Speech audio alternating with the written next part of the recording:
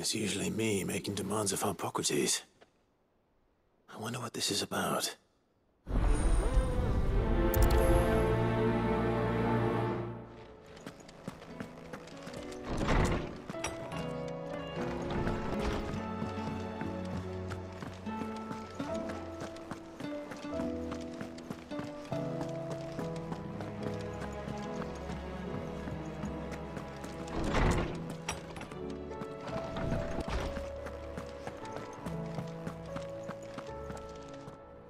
Lawsman Hippocrates.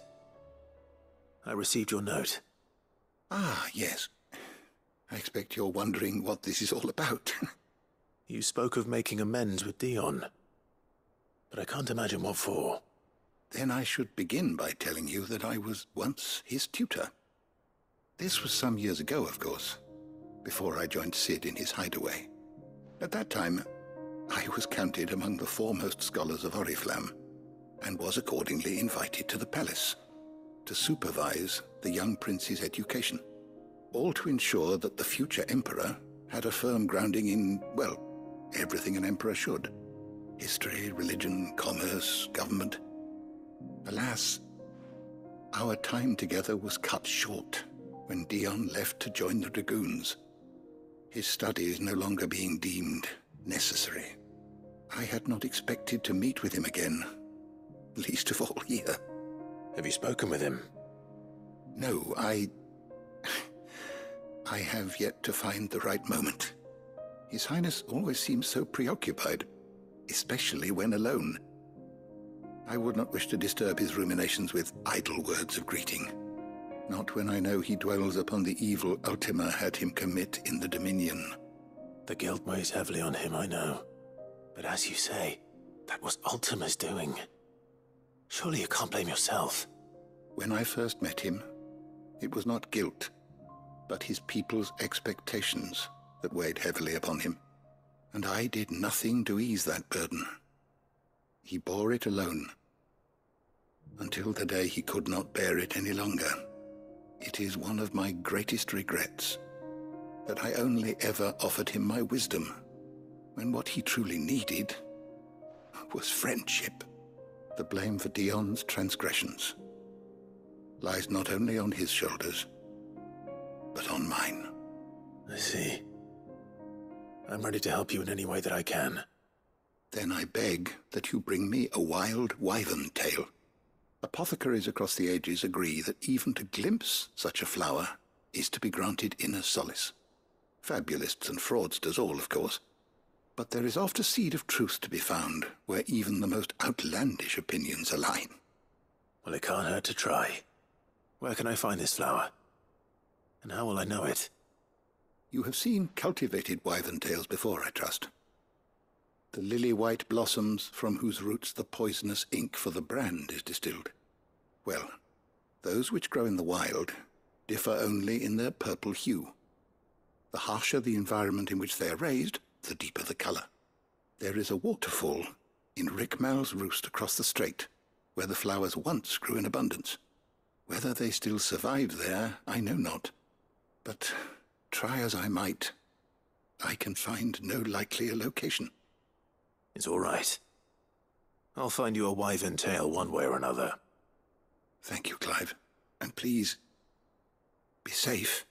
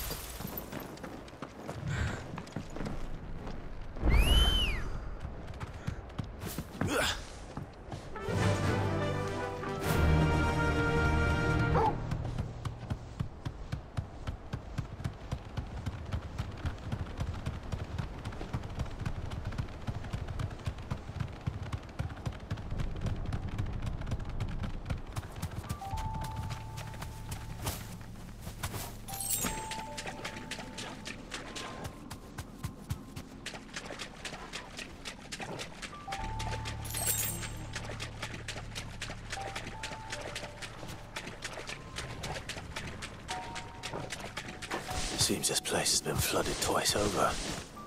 Purple flowers blooming next to a waterfall. Shouldn't be too hard to find.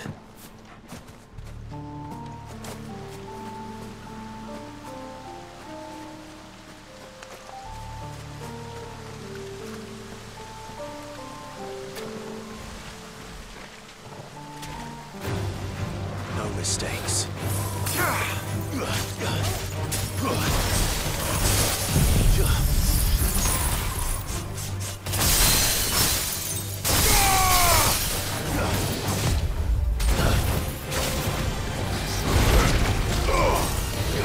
To me, boy. Nice try.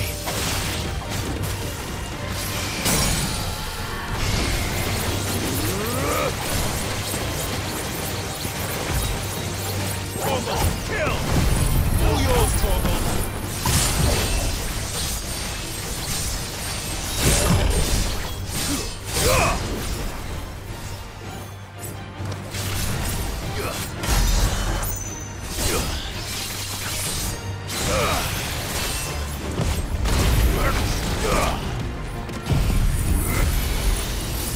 I'm hurt, Torgal.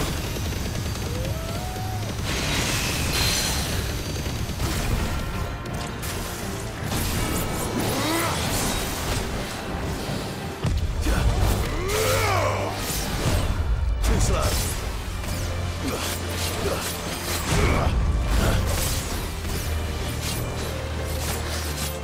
Too slow. Nice try.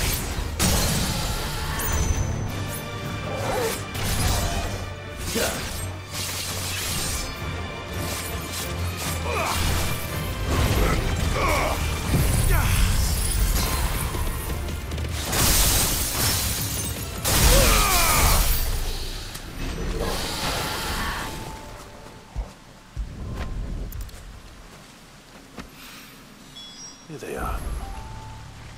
Might as well pick enough for a bunch, I suppose.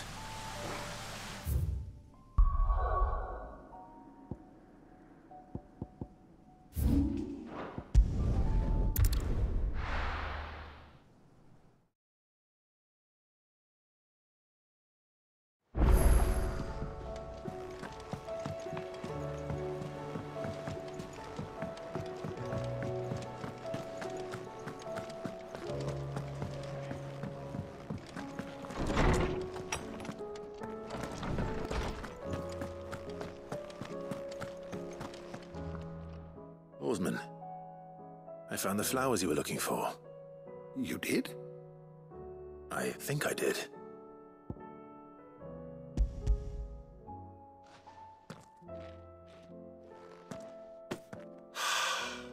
You did indeed. My dear boy, thank you. You wanted to make Dion a gift of one, did you not? Shall I invite him to join us? Oh, I don't... It's no trouble. I'll go and fetch him.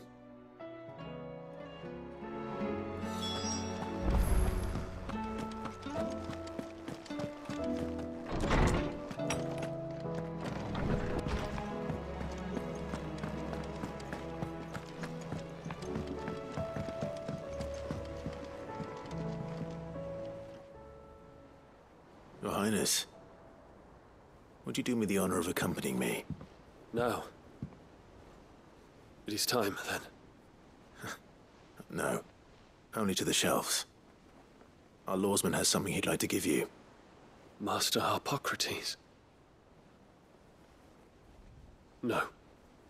I dare not show my face before him. Not after everything I have done. I have taken countless innocent lives. And ruined countless more. All because I was weak. I have sworn to atone for my crimes or die in the attempt. But were I to meet with him again, and see in his eyes what I have become, I fear that my resolve might falter. Then that is all the more reason to do it. Test your resolve. Prove to yourself, and to him, how strong it truly is.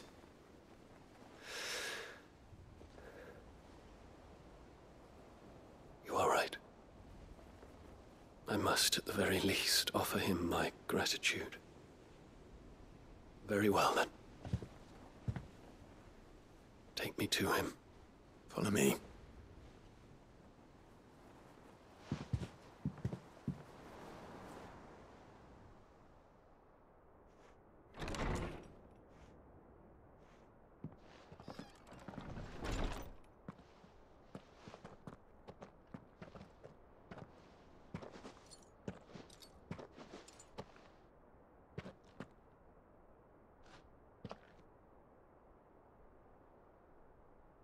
Even now, I hesitate to approach him. What must he think of me? You'd be surprised.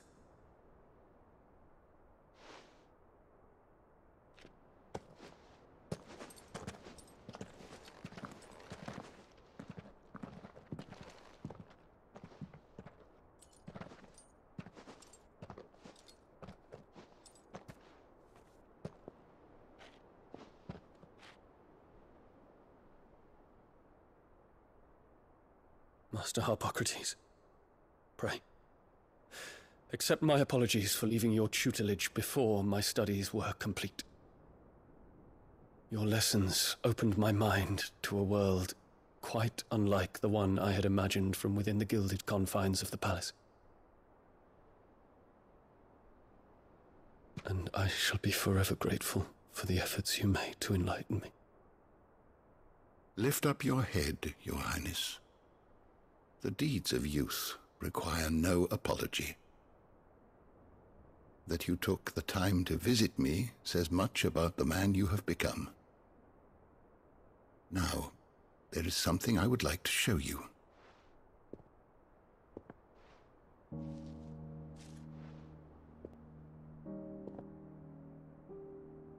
Is that a wyvern tail? The color is unfamiliar to me. Because it is unique to those found in the wild. Something in the harsh environments in which they grow lends them this striking hue. Their roots are indistinguishable from those of their hothouse cousins, but once they bloom, the difference is immediately apparent.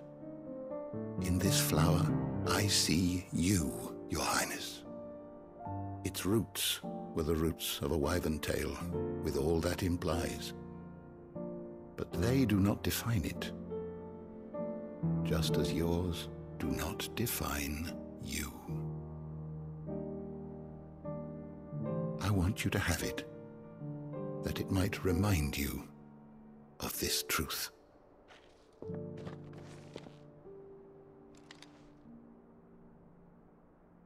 Master Harpocrates, I would ask of you a service. Keep your gift until I have fulfilled my duty to the realm, for only then shall I be deserving of it.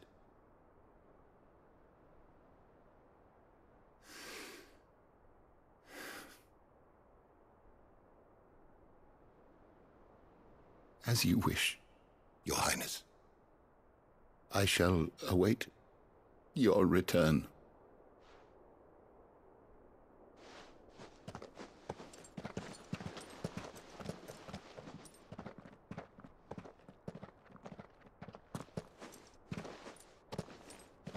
Our roots do not define us. No wonder my stepmother didn't like him.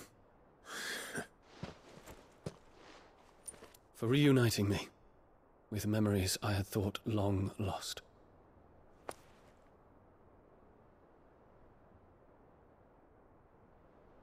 I shall not forget this.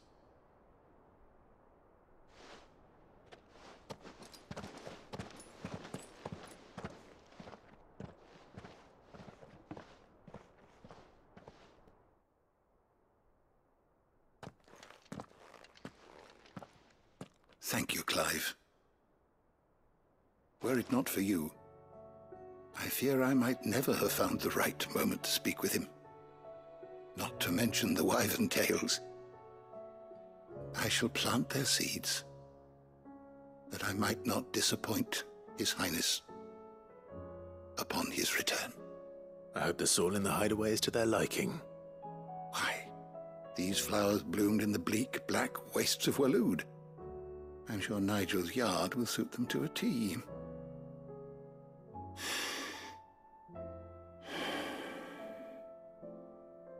When it comes to expressing one's gratitude, I find that words are seldom sufficient. Here.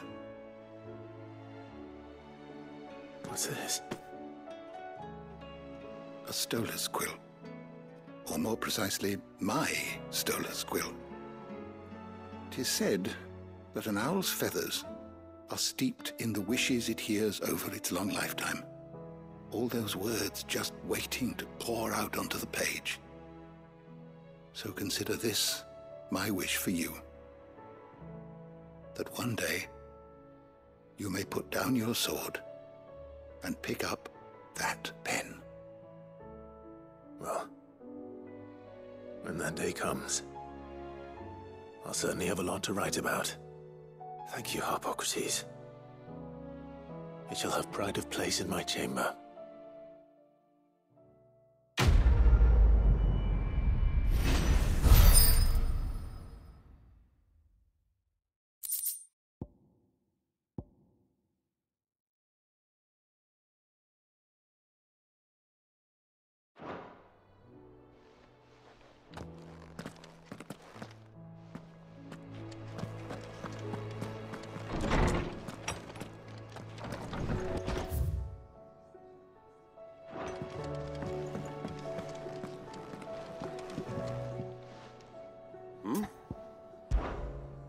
Clive, my boy! Rutherford informs me that we owe you our thanks. Hadn't intended for you to get involved, but such are the times we live in, huh? I would have done the same for anyone else. You're far too modest, Clive. You'd make a terrible nobleman. But tell me, is the realm truly in as dire a state as Rutherford suggests? From what little I saw, you were right to be worried. I suppose I should have expected the worst. But I was rather hoping the great and good of the realm might have things a little more under control. Alas, it seems that firm leadership is in short supply these days, and without it, the people are bound to lose their way. We must move quickly. But where do we start? True, the challenges that face us are many. But in my estimation, there are two key areas to be addressed before any other. The realm's armies and her larders. As you've seen firsthand, it's every man and woman for themselves out there. Certain cities have banded together to try and maintain some semblance of order, yes, but such cases are few and far between. And yet, the only remedy for the chaos that faces us is unity. A unity that transcends even the borders laid down by our ancestors. In short, if Storm does not stand together, she will fall apart. But how would one even begin to unite the realm? The armies, my boy. As I told you already, we begin by restoring order among the ranks of those sworn to maintain it. Sadly, I doubt I could convince even the lowliest gaggle of privates to dig a latrine together. But I do know someone the High Commanders have been known to listen to on occasion. Field Marshal Eugen Havel. I thought he was retired. He was, until an Akashic army tore through Randalar and killed most of the rank and file. There is no man alive more capable. Literally. And as luck would have it, I've already spoken with him on the matter. Of course you have. And he's agreed to help. On one condition. That he first speaks with you personally. Havel has always been a man of frustratingly rigid principle, and he has certain qualms about clasping arms with, well, with an outlaw. I extolled your many virtues as best I could, of course, but the old goat was adamant that he be allowed to appraise you in person. You don't mind, do you, my boy? Of course not. As long as chaos reigns, we will never build a better world. I'll do whatever it takes. And if the Field Marshal wishes to speak with me in person, then so be it. That's the spirit. I'll leave for Randalar at once. Would you send a Stolas? Of course. Rutherford is already in the Dalmekian capital. I'll have him tell Havel to expect you forthwith. Excellent. Thank you, Uncle. No, thank you, Clive.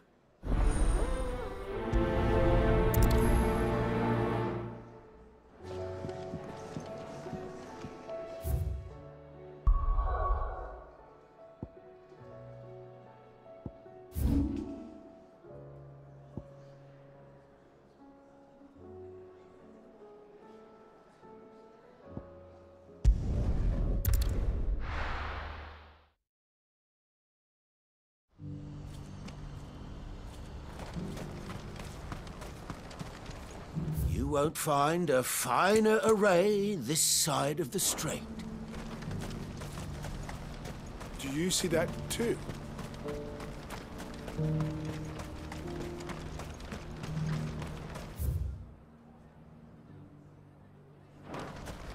Papa? What is it? Oh, please. Just make it stop. I'm scared.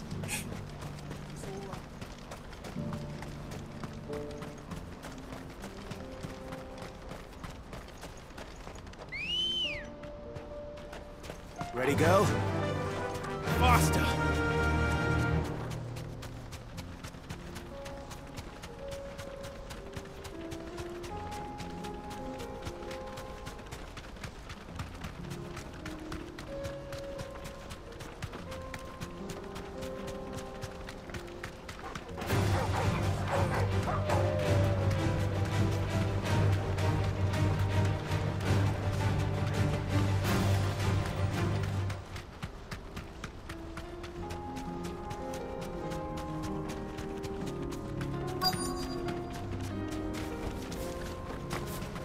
Can't be Rutherford, can it?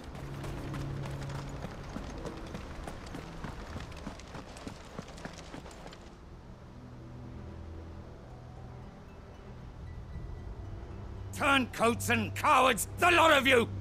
If it's a fight you want, it's a fight you shall have! Allow me. I don't need your...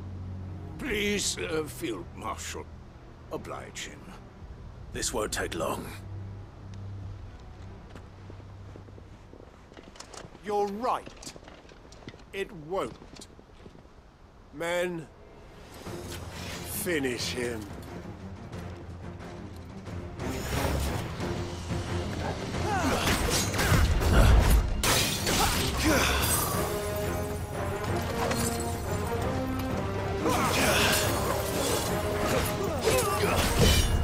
Nice try.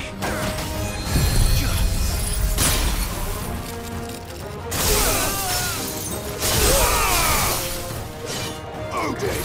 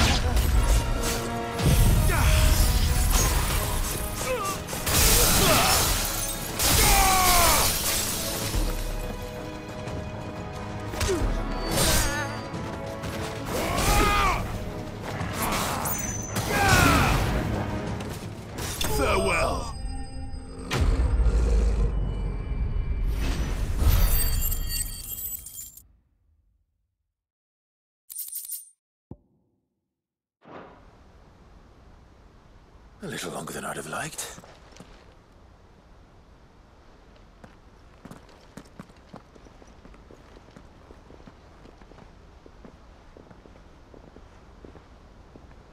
Field Marshal Havel, I presume. Are either of you injured? No, my lord. You arrived just as our escort turned on us. Fucking traitors. I'd heard reports of soldiers in the outlying regions abandoning the oaths they swore. But I hadn't thought the corruption had reached so close to the heart of the Republic. It's a fucking disgrace. Your interfering old bastard of an uncle tried to warn me, of course. My lord Marquis. Or is Sid the Outlaw more to your liking? Call me what you want. It doesn't change who I am, or the urgency of the message I bring. My uncle has a plan to right the realm, and he needs your help to see it through. Before I agree to anything, I'd have you answer one question. What do you stand to gain from all this? I won't deny that I might benefit from further chaos. But I seek a new beginning for all of us. And while the choices I've made may not always have been the right ones, I know I made them for the right reasons. For so long, so many of us have been told how we could live, how we could die, when it should have been our decision all along. Now we have a chance to put things right. But in order to take it, we must stand together. Even if it be beside those with whom we don't see eye to eye.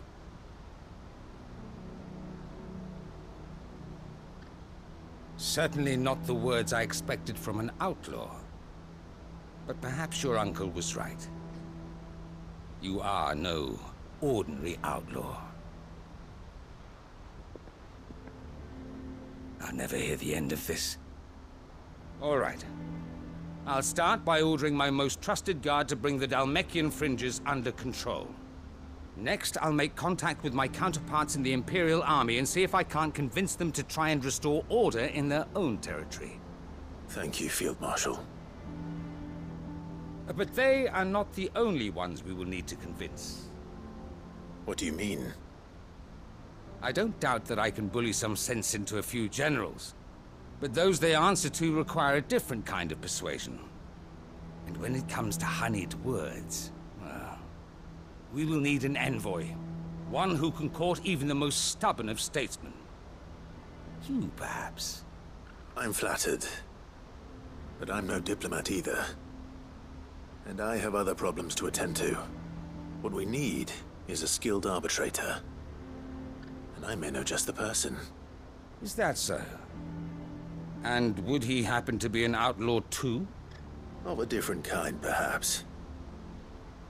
Well, beggars can't be choosers. I suppose we'll all have to find a little of the outlaw in ourselves if we're to make it through this. Very well. Send your man to me right away. I shall.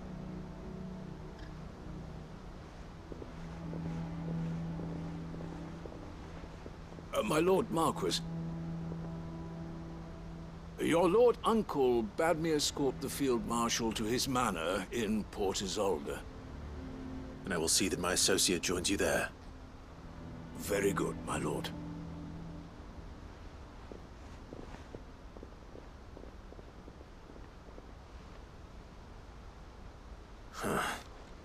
An envoy. I'm not sure I'm the man to talk anyone round. I can barely convince my brother to take his medicine.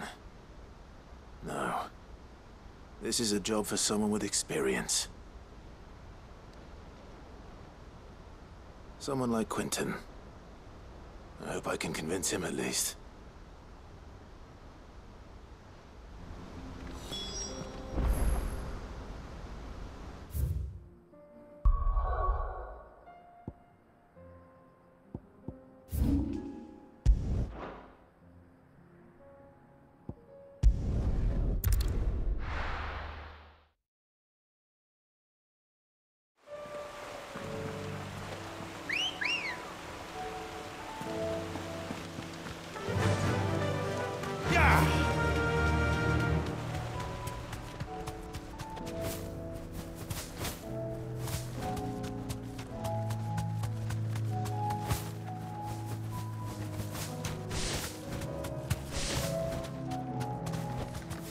You deserve a rest.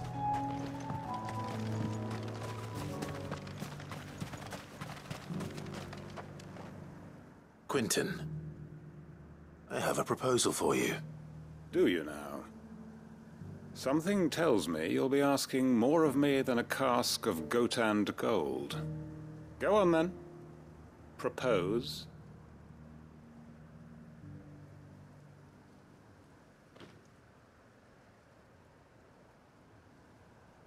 You'd have me convince the chiefs and chamberlains of the realm that they should simply swallow their pride and do the one thing that has proved impossible for thousands of years. Was there anything else? Perhaps I can fetch you a meat pie as well. I know it's a lot to ask, but I can think of none better suited to the role. And you'd have me give up what little I have left to do it. I told you, Clive. The people of Lostwing are my family, and I cannot abandon them. You'll have to find someone else. I'm sorry to hear that. So am I. And why might that be? What he's asking. How's it any different to what you've done so far? They want you to speak for those who can't speak for themselves. That's what you do best. If it's the vineyard you're worried about, we'll see that the grapes are picked and the tons filled. You know we will. It's not that.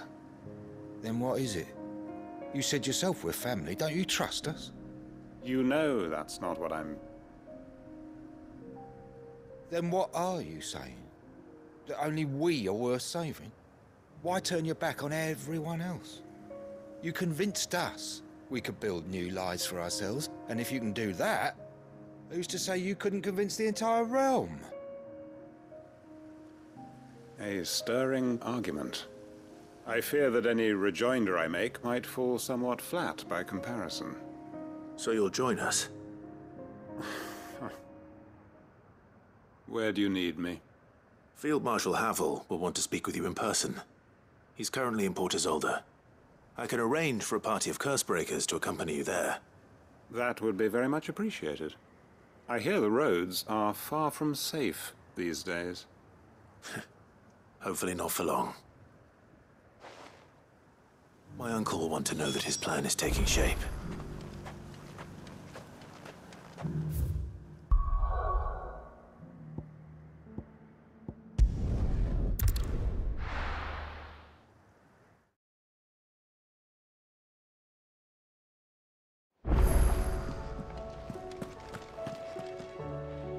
Uncle, I bring good news. The Field Marshal has agreed to your plan. Ha! Of course he has. I didn't doubt you for a moment, dear boy. Rutherford is accompanying him back to your manor in Port Isolde as we speak. They will await your return there. As will one other.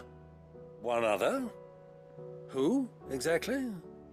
Lord Havel was concerned that even if he could get the realm's armies to agree to an accord, he might not be as successful in convincing those with political power. He asked if I might have a solution, and I suggested a certain Imperial Lord Magistrate turned Liberator. One of your co-conspirators?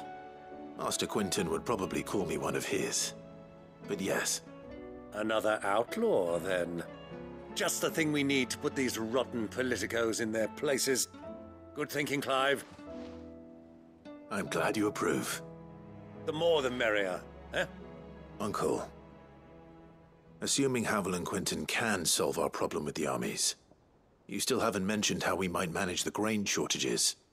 Oh, don't you worry, my boy. The 7 high houses will be seeing to that. They have all agreed to make the most generous of donations. Oh, of course, it did take a little persuasion, but luckily I had some unexpected help. From who? Why, you, my boy. Rumor has it that you rescued the Lady Ariane's head steward Rockford from a horde of bloodthirsty bandits. It was more of a handful. Well, the old battle axe was so pleased. She had a shipload of talents delivered to my private docks by the next new moon. And when the other houses saw the parsimonious old crone's purse strings finally loosen, they as good as tripped over themselves in the rush to follow suit. I'm happy to hear it. Now, I must be getting back to the manor. Join us there at your earliest convenience, would you?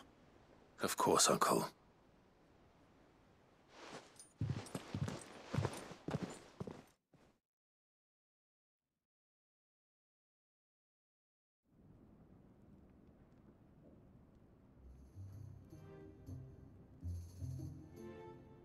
And how, pray tell, will we get that grain to the capital if the roads are still overrun with akashic?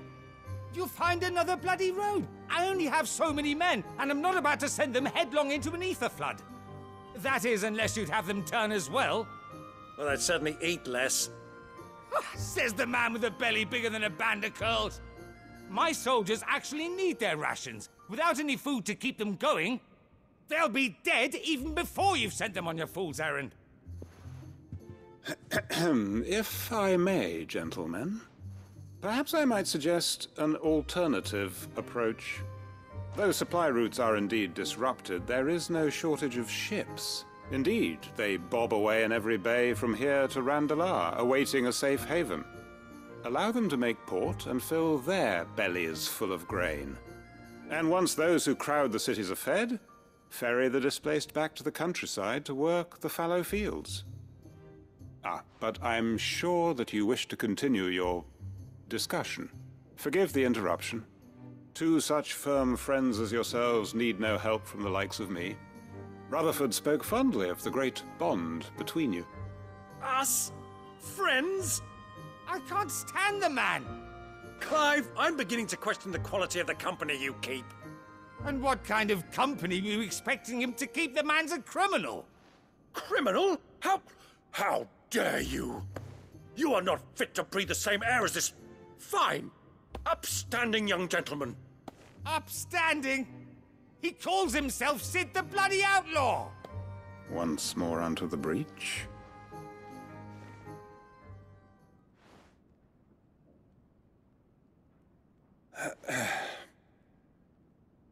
Shall we begin again? What we seek here is not to create a new nation, nor to claim the thrones of those that already exist. We wish simply to bring stability to the realm that mankind might weather the current storm.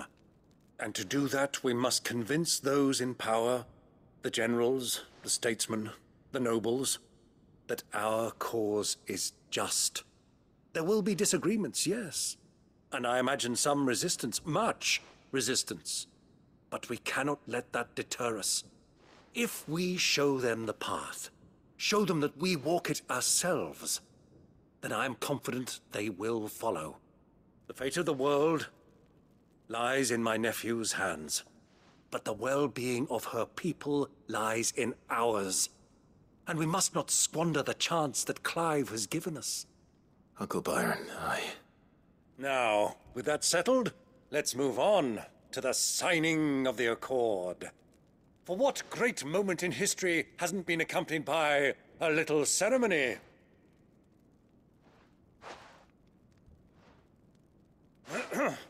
Citizens of Valisthea, I present to you the Tri-Unity. Rutherford, Mike Will.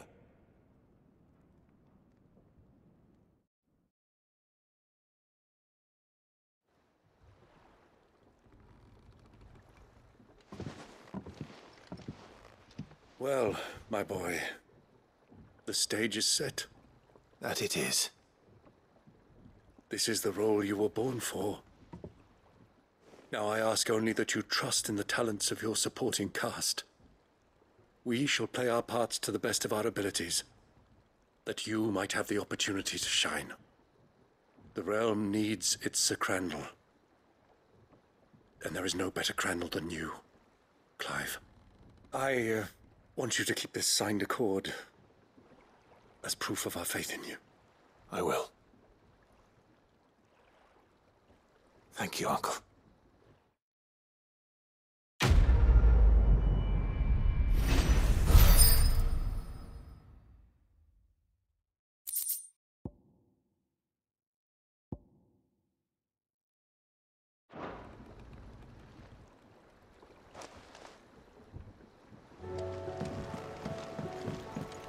What do you think that thing is?